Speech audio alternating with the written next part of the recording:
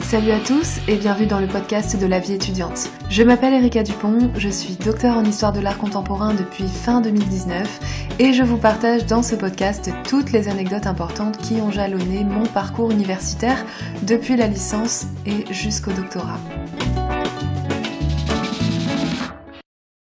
Bonjour à tous et bienvenue dans ce nouveau podcast de la vie doctorale. Pour faire une thèse sans financement, quel est le prix à payer ? Est-ce possible ? Vous êtes nombreux à me poser la question et à me solliciter pour être orientés dans vos démarches. Vous êtes aussi très nombreux à vous être lancés dans l'aventure doctorale sans financement parce que c'est encore possible dans certains domaines. Malheureusement, l'expérience a souvent tourné au cauchemar et c'est là que vous me sollicitez en général pour partager ce cauchemar avec moi. Et généralement, justement, sans savoir exactement ce que vous cherchez à travers cette démarche ni ce que vous attendez de moi. Et là, peut-être que c'est de ma faute. Peut-être que je n'ai pas encore été suffisamment claire sur ma démarche et j'ai envie de prendre le temps aujourd'hui d'aborder ces différentes questions avec vous. Alors d'abord, faire un doctorat sans financement, est-ce possible ? Faire un doctorat sans financement, c'est encore possible aujourd'hui, notamment dans le domaine des sciences humaines et sociales. Généralement, c'est beaucoup moins le cas dans le domaine des sciences appliquées, et c'est pas seulement parce que les financements sont moins rares, même si on a tendance à l'oublier. En fait, c'est surtout parce qu'un doctorat en sciences appliquées ne requiert pas du tout le même mode de travail, ni le même rythme de travail qu'en sciences humaines. Il est souvent plus difficile de s'éloigner du laboratoire quand on travaille, par exemple en microbiologie, que quand on analyse une question philosophique. Par conséquent, il est possible pour certains doctorants de travailler en même temps qu'ils préparent leur doctorat, alors que ce n'est pas possible pour d'autres, notamment parce que, ils doivent respecter les horaires d'ouverture du laboratoire ou pour pratiquer des expériences avec un matériel spécifique qu'ils n'ont pas à la maison, ou encore parce qu'ils travaillent en équipe. Donc le doctorant en philosophie a beaucoup moins de contraintes de temps et de lieu. Il peut travailler tard le soir, s'il le souhaite, il peut travailler en partie chez lui. C'est pourquoi de nombreux doctorants se lancent dans l'aventure alors qu'ils n'ont pas de financement, mais qu'ils ont un emploi principal qui leur permet de subvenir à leurs charges. Théoriquement, il est donc possible de mener à bien son doctorat en philosophie, en art aussi, en sociaux, en littérature comparée, en langue étrangère, j'en passe, tous les domaines des sciences humaines et sociales, en principe, en théorie, c'est possible de le faire sans financement, c'est-à-dire sans bourse, sans contrat doctoral, sans contrat avec une institution ou avec une entreprise, comme ça peut être le cas avec un financement CIFRE. Et c'est tant mieux dans un sens, parce que certains chercheurs ont pu de cette façon contribuer à la recherche académique alors qu'ils n'avaient pas de financement. Dans tous les cas, ça leur a permis de faire ce qu'ils avaient l'envie et la force de faire. Attention, ce n'est pas le cas de tout le monde et parfois, malheureusement, et vous êtes nombreux à le savoir, l'expérience doctorale peut tourner au cauchemar, que vous soyez financé ou non d'ailleurs, mais c'est vrai que la souffrance des non-financés, elle est très spécifique parce qu'elle dévore de l'intérieur les doctorants qui commencent à douter face à l'ampleur de leurs tâches. Un doctorant non financé aborde le doctorat avec beaucoup plus de fraîcheur, je pense, qu'un doctorat financé qui, lui, va tout de suite prendre au sérieux l'entité qu'il finance et se consacrer pleinement à sa recherche, avec un stress qui va être évidemment très spécifique aussi. Mais c'est pas le sujet aujourd'hui. Un doctorant qui n'est pas financé ne fait pas cela. Il a un travail par ailleurs, sa hiérarchie est ailleurs, son énergie par ailleurs, le cadre spatio-temporel d'une majeure partie de son travail est ailleurs. Il fait son doctorat pour des raisons qui lui sont propres. Il peut le faire par passion, et c'est souvent dans un esprit de persévérance qu'il s'est préparé à l'expérience du doctorat. Il sait que ça va être difficile, mais il le fait quand même parce qu'il sait que c'est sa seule chance de vivre un jour de sa recherche, parce que les financements sont rares, on le rappelle. Mais que se passe-t-il pour le doctorant non financé à l'université ? Clairement, il a les mêmes échéances que le doctorant financé, qui lui dispose de tout son temps de travail pour avancer dans ses recherches. Il a les mêmes contraintes que le doctorant financé, il a le même calendrier, il a les mêmes preuves à faire chaque année auprès de son directeur, il a la même pression de son laboratoire et de son école doctorale. Est-ce que c'est normal ? A priori oui, même si on s'accorde à dire que ce n'est pas logique. Et ça, évidemment, c'est problématique.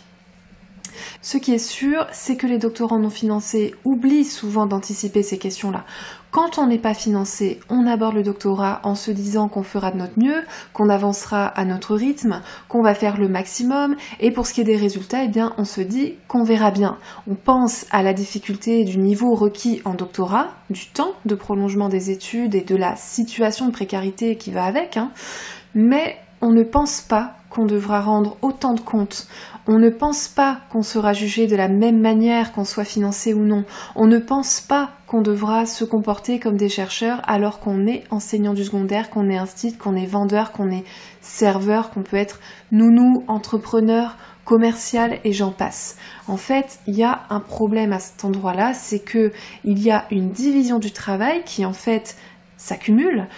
On a différentes casquettes, on porte des étiquettes différentes. Ces casquettes, elles se multiplient au lieu de se compléter pour s'enrichir, alors qu'au départ, souvent, en tout cas c'était mon cas, on se dit que voilà, les activités qu'on a vont finir par se rejoindre et qu'on va finir par joindre les deux bouts, sauf que les années passent et que ça ne se passe pas comme ça. En fait, tout ça conduit au burn-out. Toutes ces casquettes qu'on porte, elles conduisent inévitablement à la question de sens. Et de sens, il n'y a plus quand il s'agit de se dédoubler dans des vies professionnelles qui ne sont pas connectées, qui ne se rejoignent pas, mais qui attendent de nous toujours plus pour moins de bénéfices. Faire un doctorat sans financement, c'est possible les amis, mais il vous faut comprendre qu'une des difficultés majeures que vous allez rencontrer, c'est que vous allez aborder ce projet comme un étudiant salarié, et ça c'est vraiment la pire erreur que vous puissiez faire. Vous serez en fait dans deux vies professionnelles distinctes, vous ne serez plus étudiant, vous serez doctorant. Et là, il y a une grande différence. Et ça, vous allez vite le comprendre, c'est pour ça que les difficultés arrivent, c'est pour ça que l'expérience de départ tourne littéralement au cauchemar pour un grand nombre d'entre vous. Alors, certains font ce que je viens de dire pleinement. C'était mon cas. J'ai abordé le doctorat exactement comme je viens de le décrire, comme un prolongement de mes études, en me disant « je verrai bien où ça me mène ».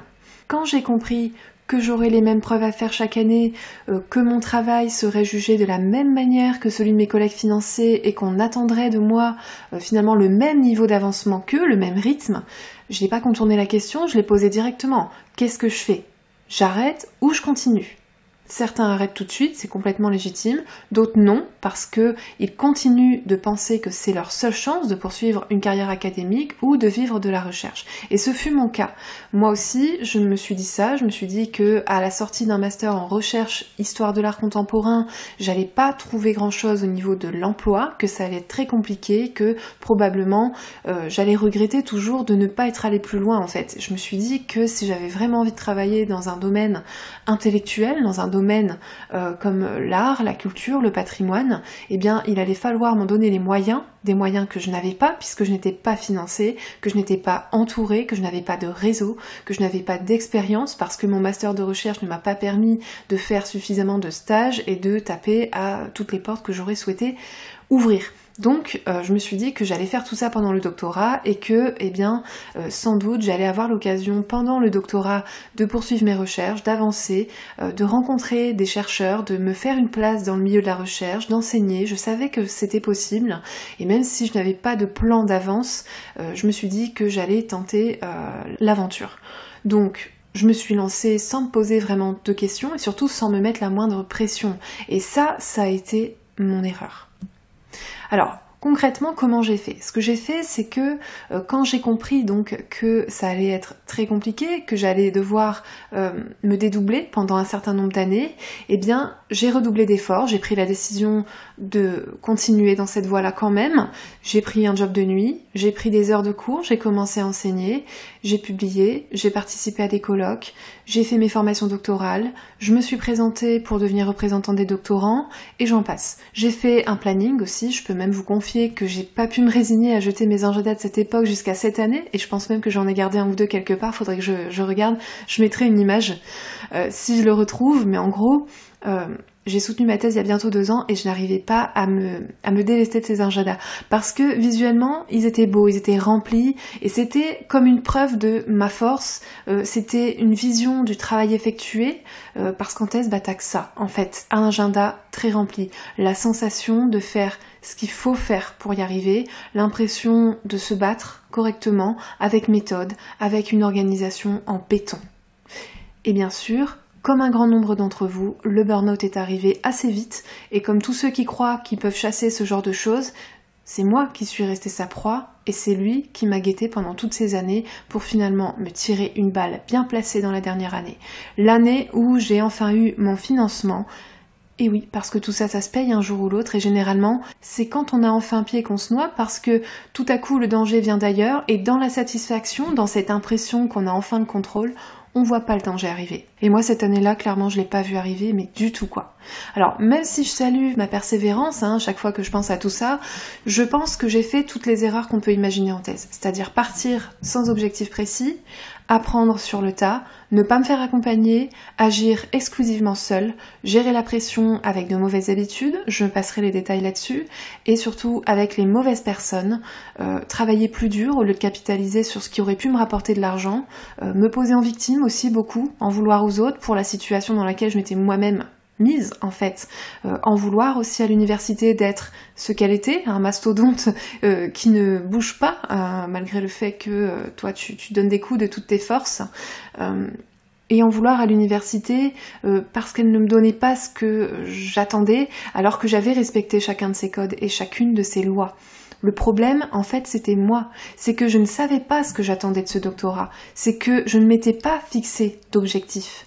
Donc, j'ai eu beau réussir à enseigner à l'université et le faire pendant des années, j'ai eu beau mener à bien ma thèse, j'ai obtenu un financement de Yale, j'ai communiqué, j'ai publié beaucoup, j'ai progressé, j'ai eu beau soutenir ma thèse, tout ça en fait ne m'a jamais donné le sentiment d'atteindre le moindre objectif. Je n'ai jamais eu le sentiment de m'accomplir en fait. Mais pourquoi ? Parce que je n'avais jamais cru que je pouvais faire tout ça. Donc je n'avais jamais posé ces objectifs professionnels ou même ces objectifs de vie. Je m'étais jamais dit je veux enseigner. Je m'étais jamais dit je veux travailler à l'université. Ça va être ça mon objectif. Je m'étais jamais dit je veux vivre à Londres. Je veux une bourse de l'Ivy League. Je veux travailler dans des lieux prestigieux. Je veux voir mon nom sur un livre. Je veux que mes idées elles soient publiées. Jamais je n'aurais osé dire tout ça tout haut et encore moins le penser en mon fort intérieur. Pourtant j'ai fait tout ça. Et c'est seulement après avoir fait tout ça que je me suis autorisée à me demander ce que je voulais, que je me suis autorisée à être ambitieuse, que je me suis autorisée à vivre et à me dire « Ok, c'est bon, maintenant tu peux commencer à t'écouter ». Comme si j'avais besoin de faire tout ça pour estimer que j'en avais le droit et en fait c'est là que j'ai compris que j'étais passée à côté. Non pas par manque d'ambition, mais par manque de confiance en moi et par peur de ne pas y arriver. J'ai souffert pour rien, en fait. Alors, pourquoi m'écrire ? Pourquoi venir vers moi et évoquer la souffrance que vous-même aussi ressentez ou pour évoquer des blocages souvent qui sont nombreux au moment où on s'apprête à s'accomplir.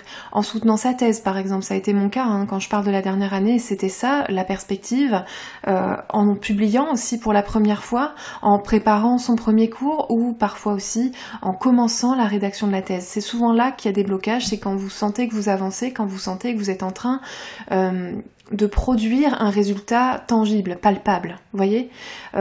Si vous m'écrivez, c'est parce que vous savez que je peux vous accompagner, parce que c'est mon métier, c'est ce que je fais au quotidien avec des doctorants et avec des docteurs qui sortent de l'expérience de la thèse et qui veulent vivre autre chose, qui veulent aller plus loin ou simplement faire le point sur leurs compétences, sur leur expérience de la recherche. Donc, si c'est votre cas, que vous avez besoin d'être accompagné, que vous avez besoin d'informations, il vous suffit de me contacter directement via le formulaire de contact qui est sur le site. Donc je mettrai le lien dans la description du podcast, sous la vidéo. Vous pouvez aussi me laisser vos coordonnées directement sur le Google Form que je laisse aussi sous la vidéo. Vous allez le trouver très facilement juste en dessous de la vidéo, dans la description. Et ensuite, je reviens vers vous. On fait le point, en fait, je fais le point avec vous lors d'un premier entretien offert et je vous propose un programme sur mesure en fonction de ce que vous allez m'expliquer, me dire et me raconter afin qu'on puisse surmonter ces difficultés ponctuelles que vous rencontrez. Alors sachez que la durée des accompagnements, elle varie selon les problématiques, c'est logique, et qu'on travaille évidemment dans un cadre strictement confidentiel. Je vous dis en tout cas bon courage à tous, je vous souhaite une excellente journée et je vous dis à très bientôt. Ciao ciao.